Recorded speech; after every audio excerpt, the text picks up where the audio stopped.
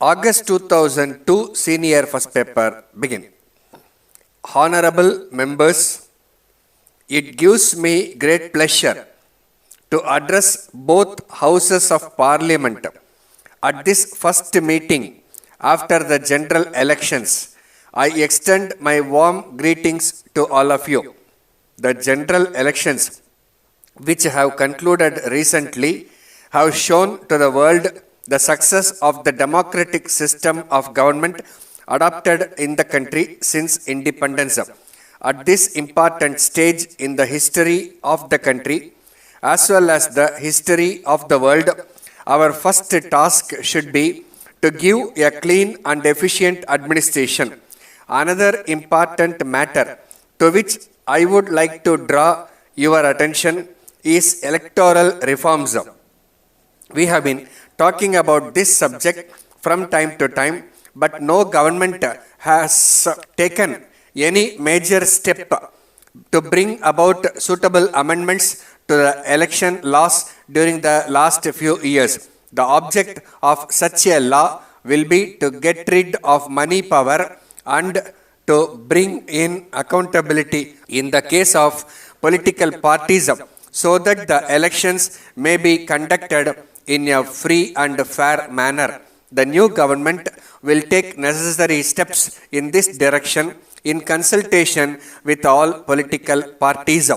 On this occasion, it would be proper for me to point out that the government will always try to maintain the honor and independence of the judiciary. I would assure you on behalf of the government that all efforts will be made to reduce the pendency of cases in the courts throughout the country by filling up the vacancies and by proper use of modern technology.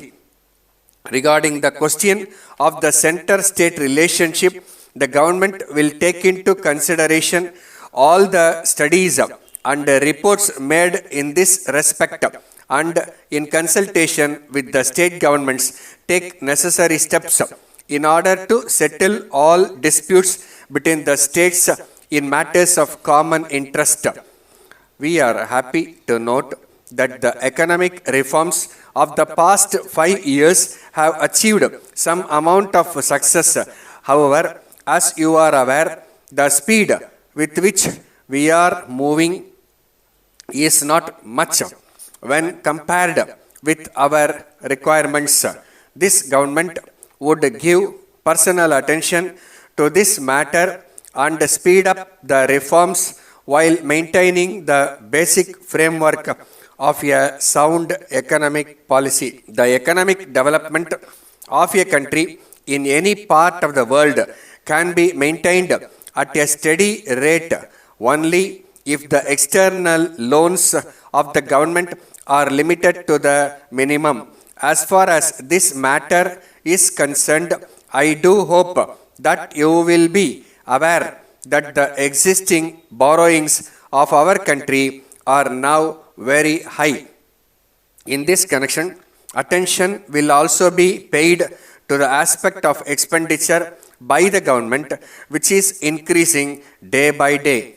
The government will take all necessary steps to reduce the loan burden and also to reduce the expenditure to the maximum extent possible so that we may be able to invest more money in the development schemes for the people.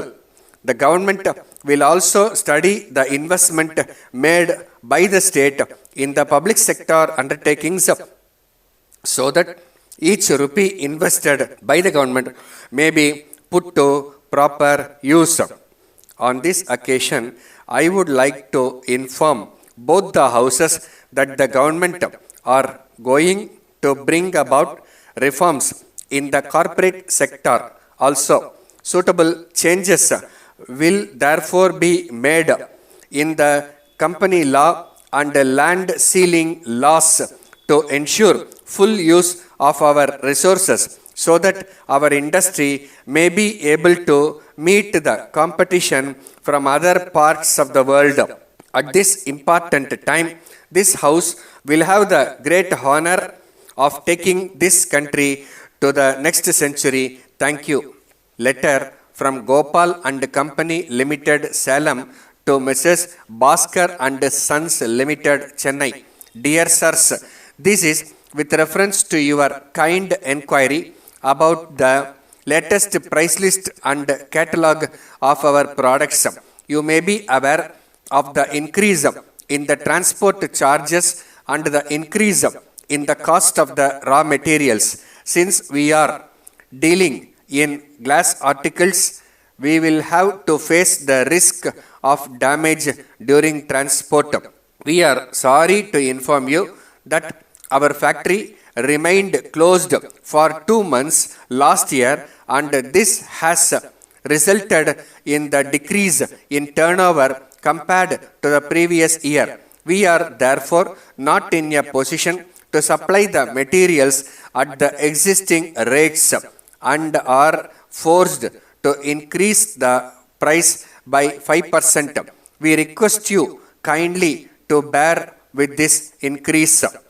We also request you to take all steps necessary to market our products in this part of the country, and we are willing to pay the necessary charges that may be incurred by you in this regard.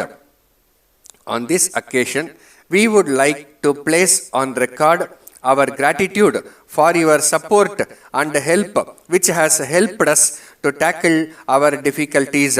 We look forward to the pleasure of your continued support in the years to come. We enclose herewith our latest price list and catalogue. We would be glad to send you any other information that you may require. Yours faithfully, Stop.